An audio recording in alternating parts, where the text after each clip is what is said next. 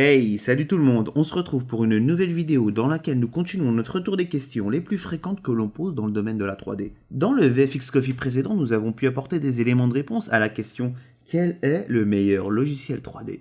Donc pour ceux qui nous rejoignent et qui ne l'auraient pas vu, n'hésitez pas à y jeter un petit coup d'œil et de nous dire ce que vous en pensez en commentaire.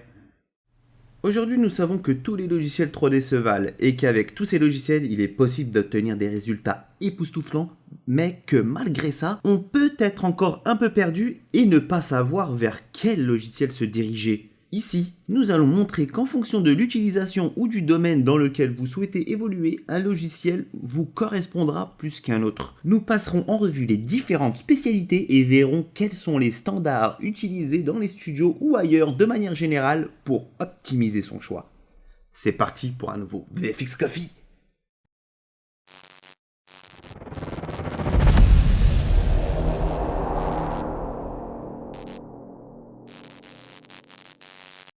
Nous allons commencer avec le loisir.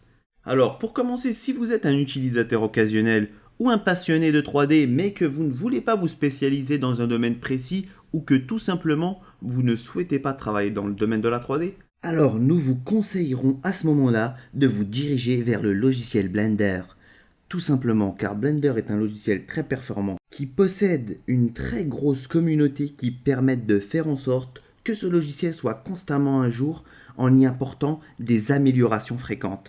Il possède tous les atouts d'un excellent logiciel 3D pour la modélisation, l'animation ou encore le rendu. Vous pourrez trouver beaucoup de documentation et de tutos en français, ce qui peut vous faciliter grandement son apprentissage et surtout, gros point fort, il est totalement gratuit. Contrairement à Maya ou 3ds Max ou d'autres logiciels qui vous permettent d'essayer les logiciels pendant une durée de 30 jours avec des restrictions d'utilisation sur certaines options. Puis vous devrez payer des licences qui coûtent assez cher, surtout si c'est pour une utilisation personnelle en tant que passe-temps. Cela vous permettra néanmoins de vous faire une idée sur ces logiciels. En numéro 2, l'architecture. Si vous souhaitez vous orienter vers le domaine de l'architecture, ou dans le domaine de l'immobilier, nous vous conseillerons de vous orienter vers le logiciel 3ds Max, qui est le logiciel standard utilisé dans le milieu archi. Les entreprises d'architecture et le secteur immobilier recherchent des personnes maîtrisant 3ds Max ainsi que ses outils. La bonne utilisation de V-Ray est très demandée dans ce secteur pour obtenir des rendus photoréalistes, ce qui permet d'avoir des rendus optimaux pour projeter les clients vers les futures structures qui verront le jour prochainement. Donc si vous suivez un cursus scolaire dans ce domaine, les écoles vous formeront principalement sur 3ds Max. D'autres logiciels 3D peuvent être utilisés dans ce domaine, mais nous rappelons que le standard et le logiciel le plus répandu dans ce domaine reste 3ds Max. En numéro 3, le Motion Design, Motion Graphics. Si vous souhaitez vous orienter vers le domaine du Motion Graphic ou Motion Design, le logiciel Cinema 4D vous correspondra le mieux.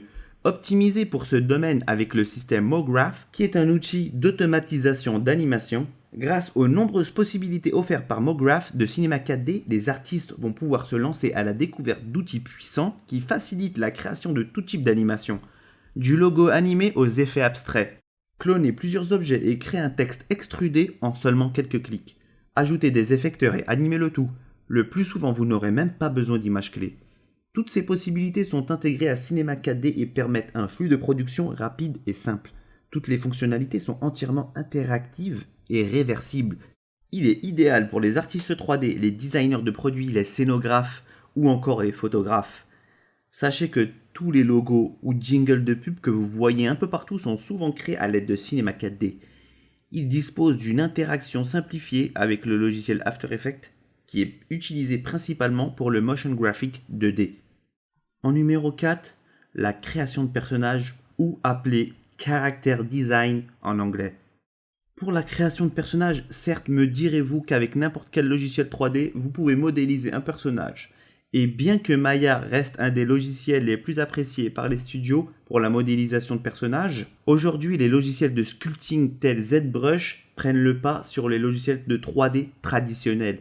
Car un logiciel tel que Maya ou Blender nécessite de respecter une certaine méthodologie dans la modélisation de votre personnage, alors que dans les logiciels de sculpt, tels que ZBrush, vous allez pouvoir modéliser un personnage beaucoup plus librement avec des outils qui vous permettent littéralement de sculpter digitalement comme de la pâte à modeler vos personnages.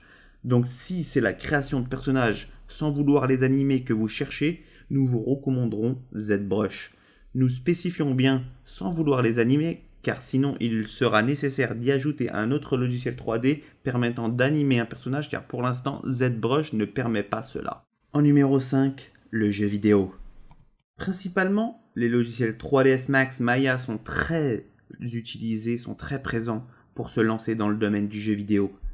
Mais depuis quelques temps, la donne a changé et 2 logiciels ont fait leur arrivée et ont changé le game dans l'univers de la création et le développement de jeux vidéo 3D. Ces logiciels sont Unreal Engine et Unity.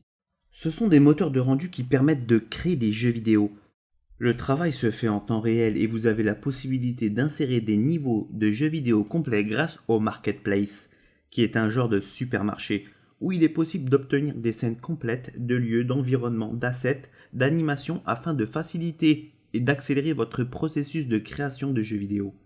Il est possible d'importer des personnages ou des scènes créées sur des autres logiciels 3D tels Maya, Blender, 3ds Max, etc.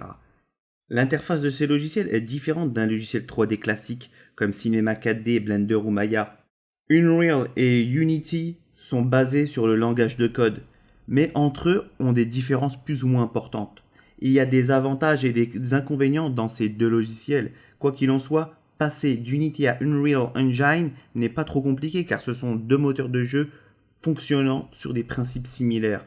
Néanmoins, gros avantage pour Unreal, car depuis le 2 mars 2015, Unreal Engine 4 est open source, les développeurs l'utilisant pour développer des jeux ou vidéos commerciaux devant toutefois payer une redevance de 5% de royalties si votre jeu vidéo dépasse les 3 000 €. Cela représente une faible somme lorsque l'on sait que la concurrence propose le même concept mais avec 25% de royalties. On trouve aussi des courts-métrages full 3D quasi entièrement réalisés avec ces logiciels avec un niveau de réalisme époustouflant comme le court-métrage The Lander que vous voyez défiler sur votre écran. Je vous mets le lien dans la description si vous voulez le voir entièrement. Allez checker ça, ça vaut le détour. En numéro 6, la modélisation et l'animation. Pour ces 2 catégories, Maya l'emporte sur les autres logiciels, car il est vraiment le standard largement utilisé dans les studios de films réels ou de films d'animation. Pour les FX et la simulation en numéro 6, Houdini prend le pas, étant aujourd'hui le logiciel incontournable dans ce domaine.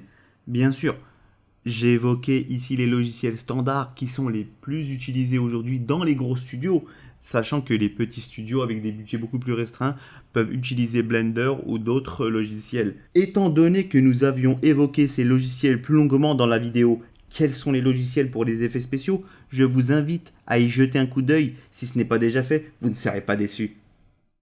En conclusion, nous avons fait un tour des logiciels devenant des standards dans les domaines évoqués. Cela vous permettant d'optimiser votre choix afin de pouvoir mieux vous orienter directement dans le domaine que vous souhaitez.